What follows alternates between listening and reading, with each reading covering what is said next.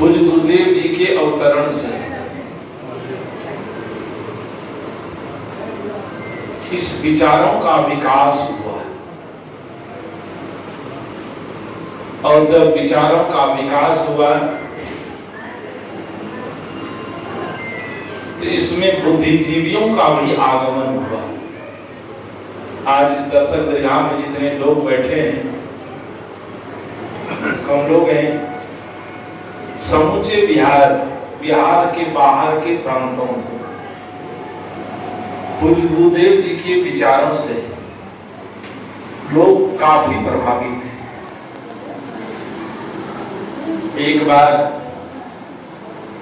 मैं दिल्ली में था, दिल्ली यूनिवर्सिटी में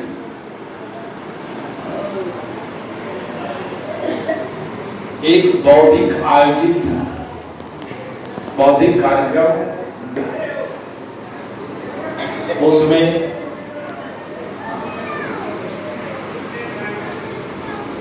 जैन यूनिवर्सिटी के, दिल्ली यूनिवर्सिटी के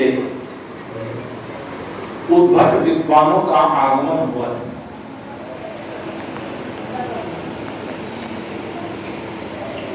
और जब चर्चा हुई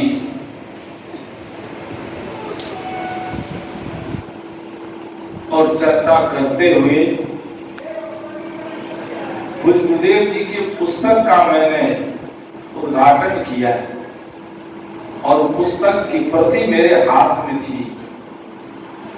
वो पुस्तक था निर्माण, जिस पुस्तक का अंतर वस्तु है श्रम, प्रेम और संयम। जीवन की सारी बातें, हम शारीरिक संवर्धन चाहते हैं, भौतिक संवर्धन चाहते हैं तो श्रम की आवश्यकता है, शारीरिक संवर्धन चाहिए तो इसके लिए संयम की आवश्यकता है, और सामाजिक संगठन चाहिए जिसके लिए प्रेम की आवश्यकता है। श्रम, प्रेम और संयम ये अंतर वस्तु है। कई पुस्तकें हैं, स्वानुभव विधि, मृतक होए सो साथ, ध्यान क्या और कैसे। जब इस पुस्तकों का मैंने वर्णन किया, डॉक्टर तलवार, सब अब रिटायर कर गए होंगे, जेएनयू यूनिवर्सिटी के हिंदी के हेड ऑफ डिपार्टमेंट, जब उस किताब को, उस प्रति को वो हाथ में लिए और हाथ में लेकर के जो अंतर वस्तु पढ़े कि श्रम, प्रेम और संयम, और ये कबीर साहब के विचारधारा से जुड़े हुए संत हैं। उन्होंने कहा इन महापुरुषों को दिल्ली के चौराहे पर होना चाहिए, इन महापुरुषों का विचार भारत के पार्लियामेंट में होना चाहिए, इन महापुरुषों का विचार जहां गणमान्य लोग हैं, जो आज मनुष्य का दिमाग दिग्भ्रमित हो गया है, उनके बीच इनकी आवश्यकता है। तो कहने का मतलब है कि पूज्य गुरुदेव जी का विचार लोग बार बार नाम लेते हैं। एक शब्द कि पूज्य गुरुदेव जी का जो इतना प्रांजल विचार, उस विचारों की छाया में हम लोग चल रहे थे। शारीरिक छाया उनकी नहीं है और उनकी ही नहीं, हम लोगों का भी नहीं रहेगा। जितने लोग यहाँ आए हैं, हम लोगों का भी शरीर रहेगा नहीं, ये तय।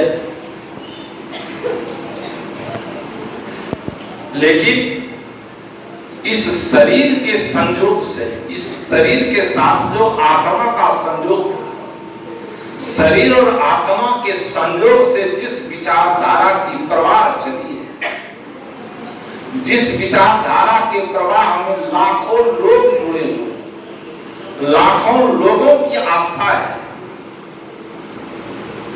कि मैं कहना चाहूंगा कि वह आस्था केवल शरीर के प्रति हो, तब यह हमारा ज्ञान अधूरा है। कि इसी भाव को देखते हुए पूज्य गुरुदेव जी ने कहा था कि हमारी समाधि मत बनाना, और हमारे स्वरूपलीन सद्गुरु अभिलाष साहब जी भी कहे थे कि हमारे शरीर को दोनों का विचार बिल्कुल समान। कबीर साहब के विचारों को फैलाने में, उनके विचारों को जिंदा करने में आजीवन अपनी शक्ति लगाते, और उन्हीं जीवंत विचार का परिणाम है कि आज देख रहे हैं कि सभी लोग बोलने में पीछे नहीं। कभी कहता है, प्रसंग आ गया, कहना नहीं चाहिए। लोग कहते हैं लालू जी ने हमको भाषा दी, बोलने का अधिकार दिया, पूज्य गुरुदेव जी ने हमको हमारी वैचारिक शक्ति को जगाया, वैचारिक उद्घाटन किया, और ऐसी ऐसी कठिनाइयां जीवन में आई हैं, यदि उसका वर्णन करूं तो समय नहीं। तो जिस विचारों की छाया में हम चल रहे हैं, वह विचार हमारे जीवन में उतरना चाहिए। इसलिए कहते हैं कि समाधि मत बनाना। क्यों? कि समाधि बनाने से वह केवल पूजा का स्थल रह जाएगा। क्योंकि लोग इस देश में पंडितवाद और पुरोहितवाद के चक्र में इतना फंसा हुआ है, कितना हो प्रांजल से प्रांजल विचार हो, कितना हो बड़ा वैज्ञानिक हो, लेकिन वहां जब आता है तो नतमस्तक हो जाता है ऊपर के तरफ। तो जो व्यक्ति, जिस व्यक्ति से समाज का कल्याण होता है, उनके आचरण को नहीं देख करके केवल उनकी हम की पूजा करने लगते हैं, तब यह हमारी भूल है। आकृति चाहिए, लेकिन आज आकृति पुंजवाने के लिए लोग फोटो छपवा करके अपना अपना बंटवाते हैं, लेकिन उस आकृति को पूजने से अधिक आवश्यक आकृति क्या है? कागज है, और उस कागज में क्या है? स्याही है, रंग है, रोगन है। रंग रोगन से उसकी आकृति बना दी गई है, तो वो है क्या? वह एक चिन्ह है, एक अस्तित्व है, वह एक प्रेरणा देने वाली तस्वीर है। उससे हम प्रेरणा ले सकते हैं, उससे प्रेरणा लेकर के हम प्रेरित हो सकते हैं, लेकिन हम प्रेरणा से प्रेरित नहीं होते हैं। उसका महिमा मंडन इतना करते हैं, महिमा मंडन में हम इतना जुड़ते हैं, उस महिमा मंडन को करके समाज को तो प्रभावित कर लेते हैं, महिमा मंडित करते हैं, लेकिन खुद हमारा जीवन उनके विचार के अनुसार नहीं है, तो वह विचार, वह भाषण, वह सब कुछ होता है जो बह जाने वाला है। उसकी कोई आवश्यकता नहीं है जितनी आवश्यकता उनके आचरण को धारण करने की है। सदगुरु कबीर ने कहा था कि करो बहिया बल आपनी का प्रावलंबन छोड़ दो, करो बहिया बल आपनी छाड़ गिरानी आस, जाके आगम नदी बहे सो कस मरे प्यास।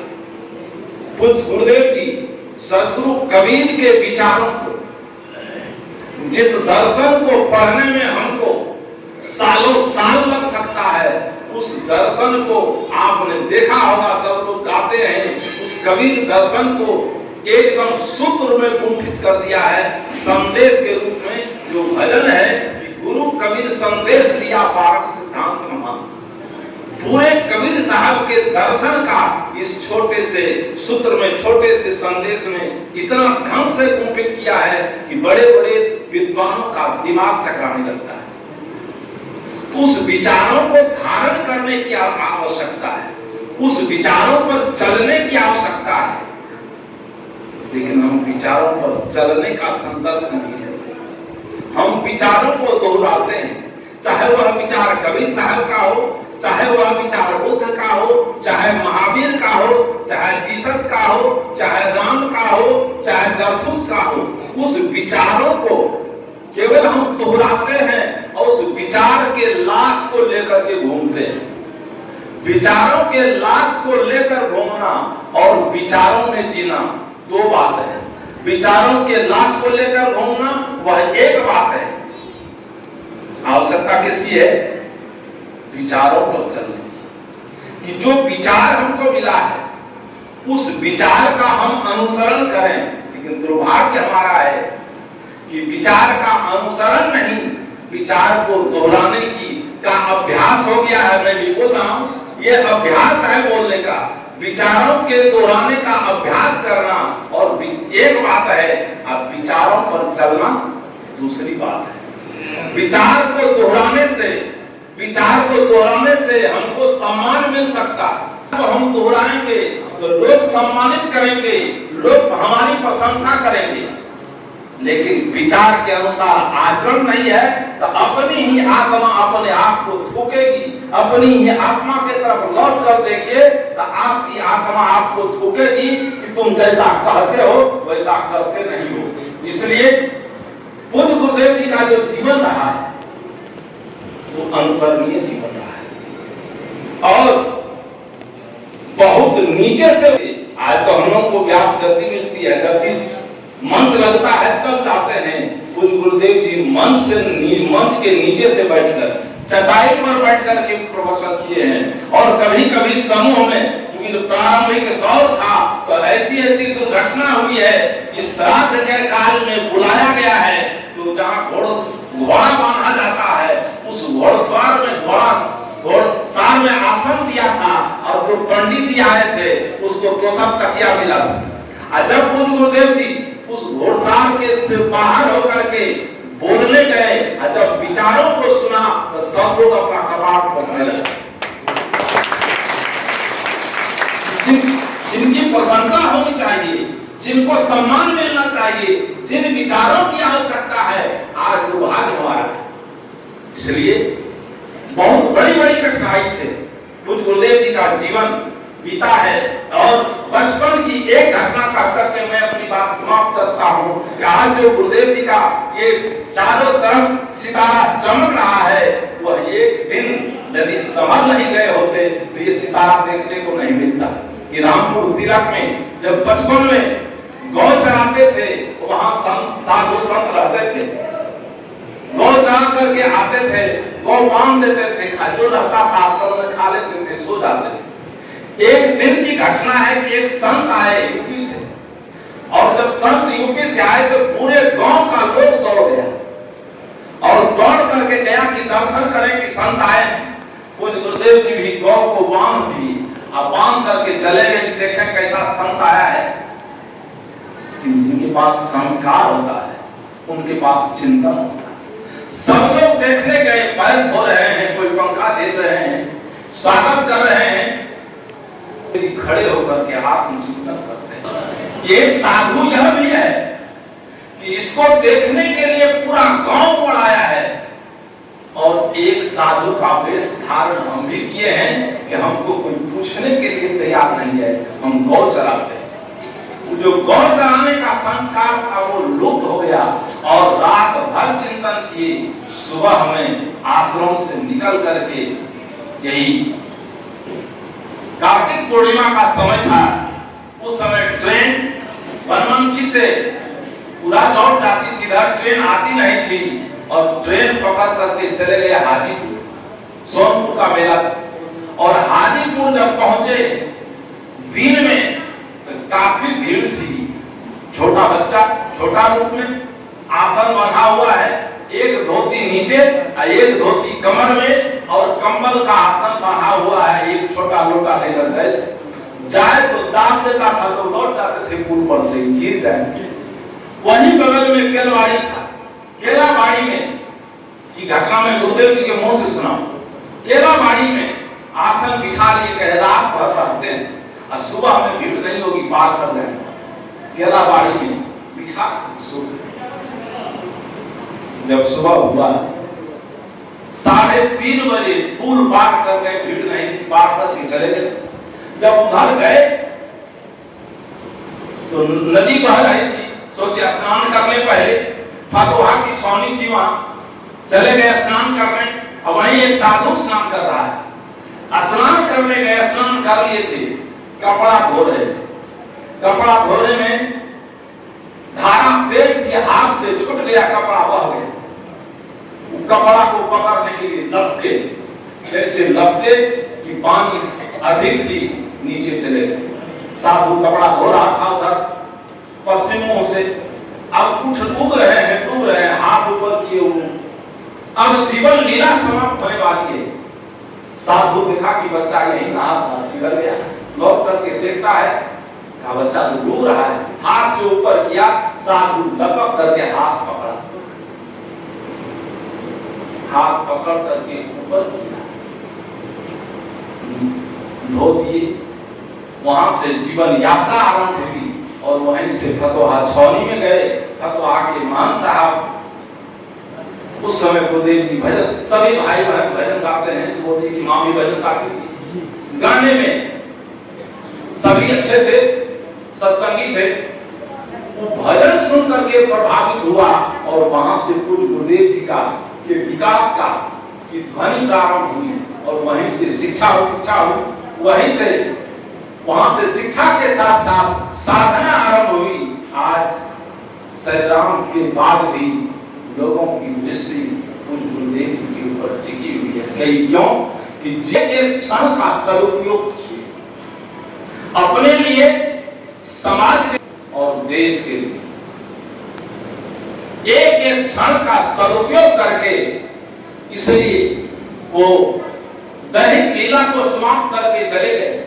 सबको समाप्त करके जाना है, दैहिक लीला सबकी समाप्त होगी, लेकिन इस देह में रह करके मेरा कहने का भाव, इस देह में रह करके गुरुदेव जी से जो ज्ञान मिला है, जो विचार मिला है, उस विचार का अनुसरण हृदयंगम करेंगे तो हमारा पारिवारिक जीवन भी बढ़िया होगा, हमारे साधु समाज का भी जीवन बढ़िया होगा, हमारे संस्था का भी विकास होगा, हमारा संस्था भी विकसित होगा।